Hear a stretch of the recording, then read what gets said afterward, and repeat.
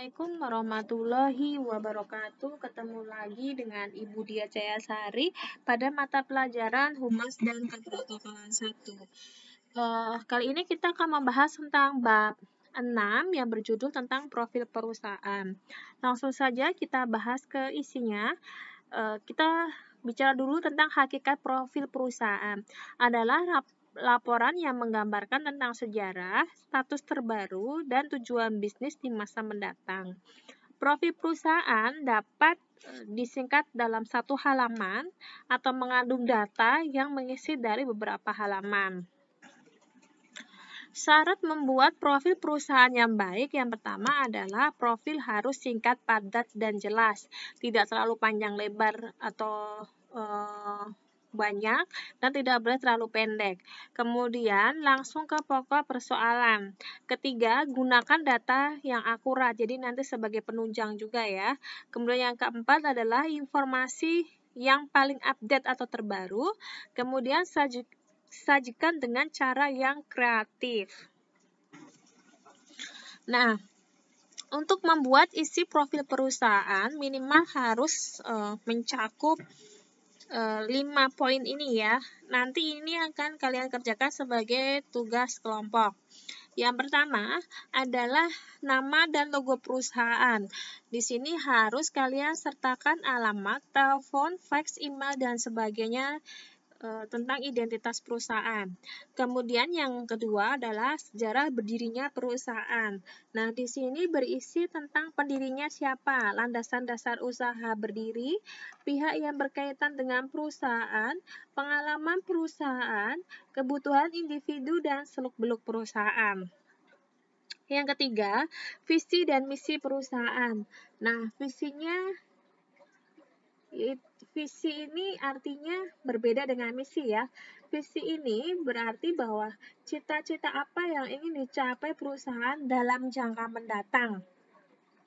Jadi angan-angannya apa, cita-citanya apa. Sedangkan misi adalah usaha atau upaya yang digunakan untuk mencapai visi tadi ya, visi yang di atas. Nah, ini saya contohkan, misalkan di sini adalah perusahaan makanan ya. Dia misalkan saya contohkan perusahaan kacang Garuda misalkan gitu. Visinya adalah mewujudkan sebuah perusahaan makanan ringan, terpercaya, dan paling terkenal di seluruh dunia. Itu cita-citanya ke depan. Nah, misi untuk meraih visi tadi adalah yang pertama, salah satunya ya, selalu berinovasi dalam membuat produk baru yang sesuai dengan keinginan konsumen tanpa mengesampingkan kualitas. Nah, itu salah satu contohnya. Selanjutnya, poin 4 adalah struktur organisasi. Struktur organisasi ini biasanya dalam bentuk diagram yang mencakup posisi atau jabatan dalam perusahaan beserta nama individu yang menjabat pada posisi yang bersangkutan. Ini biasanya bisa kalian lihat di ruang TU ya, tata usaha di SMK Kesuma Bangsa. Dia berbentuk diagram. Saya contohkan di sini, misalkan di sini adalah Kepsek SMK. Jadi di sini nanti judulnya adalah struktur organisasi SMK Kesuma Bangsa 2 Depok, misalkan seperti itu. Kepseknya Ibu Haji Nini ya, yang menjabat. Kemudian di bawahnya ada di bawahnya Bu Nini ada Waka 1, Waka 2, Waka 1, Waka 2, Waka 3, dan sebagainya. Nah, ini siapa namanya? Itu di sini. Waka 2 siapa namanya? Waka 3 siapa namanya? Nah, di bawah Waka ini ada siapa? Nah, ini kalian gambar nanti. Selanjutnya adalah kinerja perusahaan.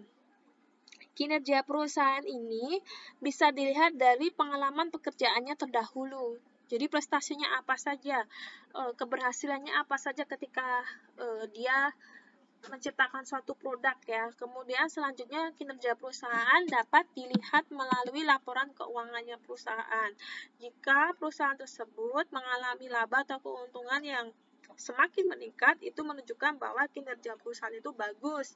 Sebaliknya, jika laporan keuangan menyatakan atau hasilnya negatif atau mengalami penurunan atau bahkan rugi, itu menunjukkan bahwa kinerja perusahaannya itu buruk. Selanjutnya, rencana program kehumasan. Nah, ketika kita sudah berangan-angan ingin membuat produk, terus membuat profil perusahaan, nah kita harus bisa merencanakan program kehumasan. Karena program kehumasan ini adalah penunjang utama keberhasilan suatu usaha yang mau dibangun atau dirilis gitu ya, terutama untuk membentuk citra baik perusahaan di mata masyarakat. Rencana program kehumasan yang pertama adalah riset atau penelitian. Ya, selalu mengadakan penelitian untuk membuat produk baru dan selalu berinovasi. Kemudian yang kedua adalah planning atau perencanaan. Ini kurang P tulisannya ya. Kemudian yang ketiga harus ada aksi dan komunikasi. Jangan sampai kita merencanakan tapi nggak ada aksinya, itu sama aja bohong. Begitu juga sebaliknya, aksi tanpa adanya perencanaan, aksinya akan berjalan tetapi tidak akan lancar ya, karena tidak ada perencanaan yang matang. Kemudian yang keempat adalah evaluasi. Evaluasi ini adalah koreksi dari kegiatan poin 1, 2, 3. Selanjutnya adalah 5 dasar kinerja kehumasan. Yang pertama adalah customer relation. Jadi dia harus berhubungan baik dengan customer atau pelanggan. Kemudian yang kedua adalah employee relation. Nah, employee ini harus berhubungan baik dengan karyawannya juga ya, secara internal. Kemudian selanjutnya adalah community relation. Dia harus berhubungan baik dengan kliennya, dengan sesama perusahaan yang sering diajak kerjasama. Kemudian government relation, berhubungan baik dengan pemerintah. Dan yang terakhir adalah media relation, terutama pers ya, dia harus ramah terhadap media pers. Kemudian selanjutnya adalah hal yang tidak boleh dilakukan dalam kinerja perusahaan. Yang pertama adalah yang tidak boleh dilakukan dalam kinerja kehumasan. Yang pertama adalah menyalahgunakan kepercayaan. Kemudian yang kedua adalah memberikan informasi yang simpang siur. Nah, ini adalah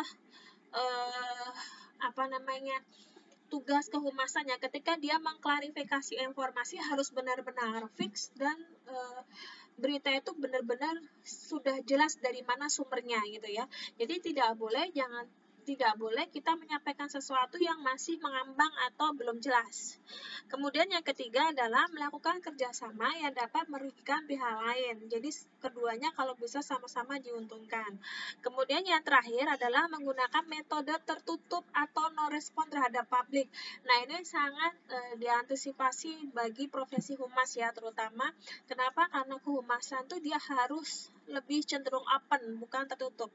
Kalaupun ada respon negatif dan positif, seorang humas dia harus berdiri di paling depan untuk bisa menjawab semua kritik, aduan, saran, dan berita miring. Dia harus bisa mengklarifikasi semuanya, karena itu adalah tugas utama dari seorang humas. Oke, sekian dulu pembelajaran kali ini. Kurang lebihnya Ibu mohon maaf. Semoga bermanfaat. Wassalamualaikum warahmatullahi wabarakatuh.